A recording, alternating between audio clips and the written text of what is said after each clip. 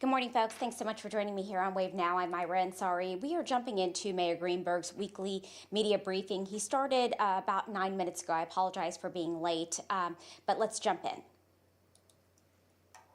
Has happened that puts their life immediately at risk. Early whole blood transfusion gives these patients a fighting chance. We are excited to be part of this cutting-edge therapy program and proud to offer it to our citizens of Louisville. I'm also proud to report that we know completely that blood is a limited and precious resource, and to date we have not had one single pint of blood expire, which is a big deal. So thank you very much. I'm going to turn it over to my partner, Major Dallas Chesser now. He's one of our paramedics that's been boots on the ground providing blood transfusion. Major Dallas Chesser. Thank you, everyone.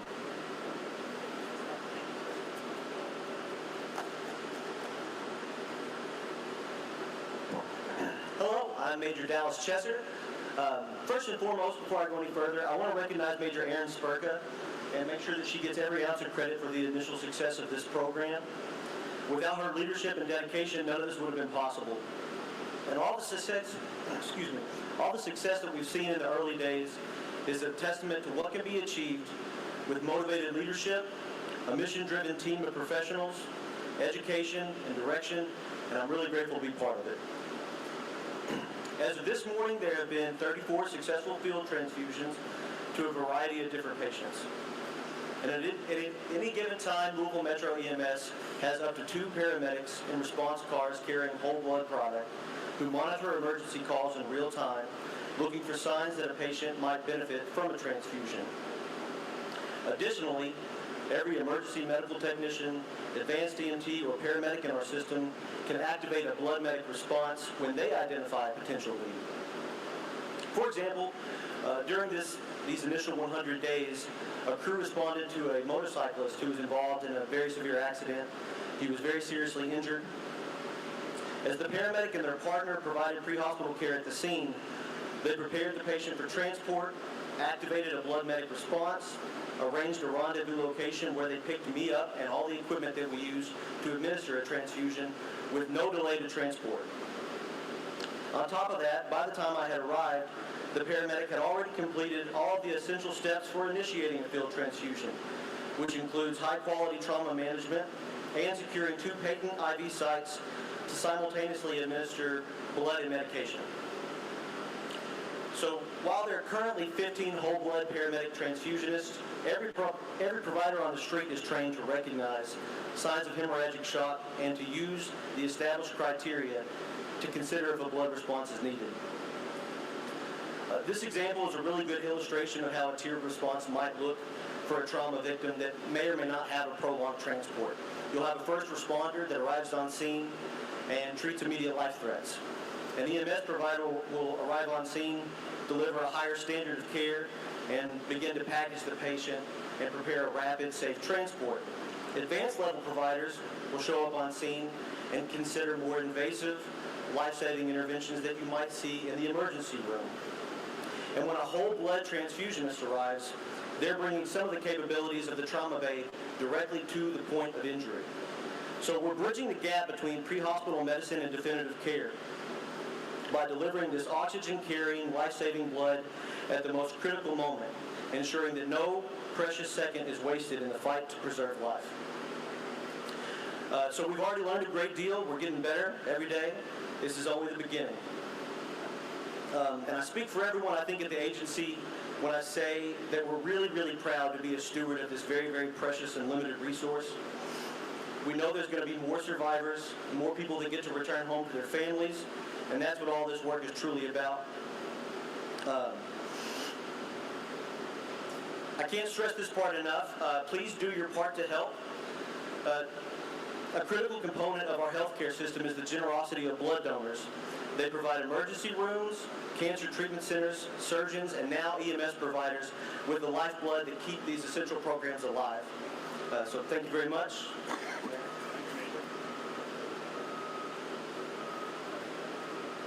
Thank you very much, Dr. Orthober. Thank you, Major Chesser. I'm so grateful to our entire team at Louisville Metro EMS and also the American Red Cross who are involved in making this happen. The American Red Cross has been a great partner of EMS in so many other areas throughout our entire city for so long, and we thank you very much. And so, as you just heard, in order to make this work a success, every life matters and everyone can help. If you feel compelled to help save lives in our community, we encourage you to donate blood at your local American Red Cross location. Coming up in October, EMS will host a blood drive right here at our headquarters. We'll share details with you closer to the event. But again, we wanted to share news on this great innovative program that we're rolling out here in Louisville and that is already saving lives. One final update before we take questions from members of the media, and that involves the RFP for the independent monitor for our community commitment, Louisville's consent decree. The RFP has been out in the public domain for a couple of weeks now, and that will close on next Monday, October 4th. Finding an independent monitor is one more step that we are taking towards LMPD's continued reforms and improvement to work to make LMPD the most trusted and transparent police department in the country.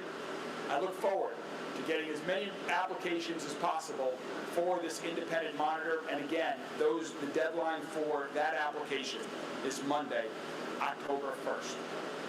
And with that, I'm happy to take any questions from members of the media, and our friends from EMS are happy to answer any questions about this program as well. Yes. How many people have applied so far? Do you have that number? Oh, the question was about how many applications have we received. We'll release that on Monday when we have the applications closed. Some people wait till the last minute, so we don't want to give partial results. I know journalists don't know anything about that.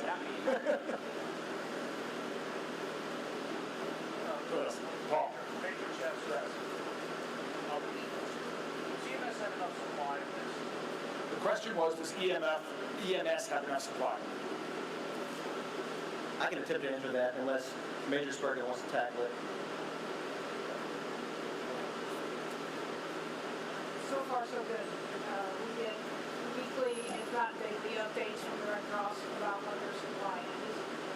So there haven't been any surprises yet. The supply has been strong. But we need the donors because as time goes on and more and more EMS agencies jump on board, the needs get greater. And what's the lifespan of this supply? The stuff we get is about 21 days, give or take a few days. We keep it at a constant temperature with our coolers, and as long as it's within that temperature, it's about 21 days. And is the supply strategically placed around the county? Our blood actually comes from St. Louis. They don't keep any blood here in Louisville right now. What you have on site? Yes. Yeah, every time I order, it gets shipped here from St. Louis. Gets on the truck. Where local blood before it goes out. For us, it's just in two coolers in quad cars, like Tahoes. There are different areas around the city. Yeah, it roams. It's constantly mobile in a car. Any other questions? Yeah. Totally fine. UPS is having to report was not the best today. It was taking a meeting on Wall Street. What are your observations and what concerns do you have about UPS's future presence in Louisville? The question was about UPS and their earnings report that just came out. I've not yet seen that earnings report, but what I can tell you is that we are in regular conversation with UPS, which has been an amazing part of our Louisville community for decades. And I'm thrilled that UPS continues to invest in our community. They just opened that new medical lab right there at the end of the runway that is bringing new businesses to our community, creating jobs, creating more volume for UPS. I understand that they've done some national restructuring, which actually I've been advised might create some opportunities for us here in Louisville because of the strength of our hub that exists here in Louisville. And so I am optimistic about the future of UPS as people continue to ship more and more, as UPS continues continues to innovate into other areas like the medical field, I'm confident that their leadership will continue to find ways to be successful and that they will continue to invest here in Louisville. We are a big part of UPS and very proud of it. And Louisville Economic Development Alliance and I will do everything we can to support them.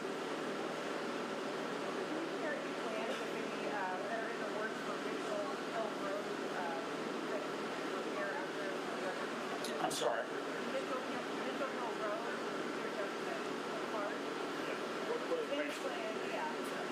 So the question was about plans for Mitchell Hill Road in Jefferson Memorial Forest. That is a road that was significantly impacted and hurt, damaged as a result of recent storms. And our Public Works team has been working on that. Deputy Mayor George has been working closely with Councilman Dan Sine on that project. We can get you specifics in terms of the schedule, but we'll get you a better update on the schedule. I don't have the schedule update off the top of my head. Any other questions, guys? Good? All right. Thank you all very much. Have a wonderful day, and thanks to all of our friends at EMS and the Red Cross. Thank you, guys.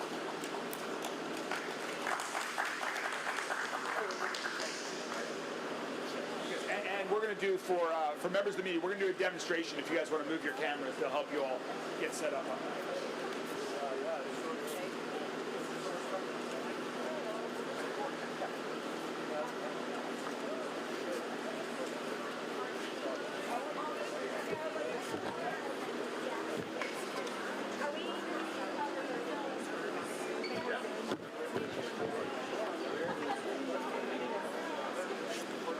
Really quick, we're going to do a group shot with you guys. Yeah, okay. That's okay, just kind of do a lineup.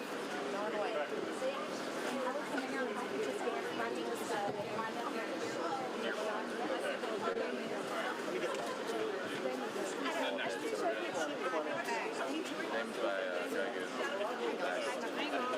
Hang on. Hurry up, baby.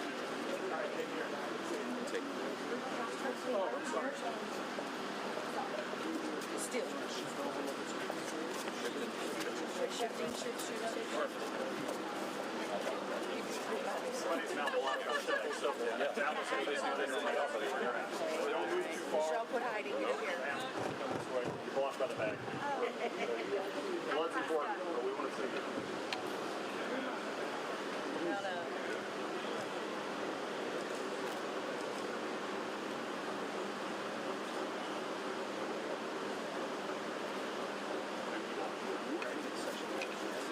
Thanks, guys.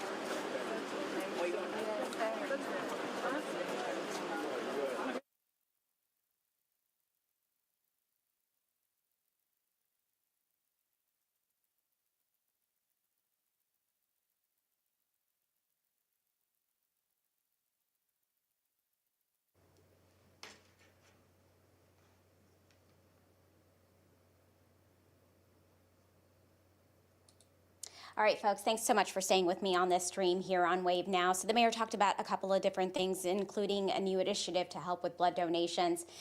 So we'll have more on this coming up for you on Wave News at midday and noon, and on Wave News at 3. That's when I'll see you. I'm also filling in on Wave Country today, so I'll see you at 2 o'clock. Busy day ahead. Hope you're having a good Tuesday, and I will see you later. Have a great day.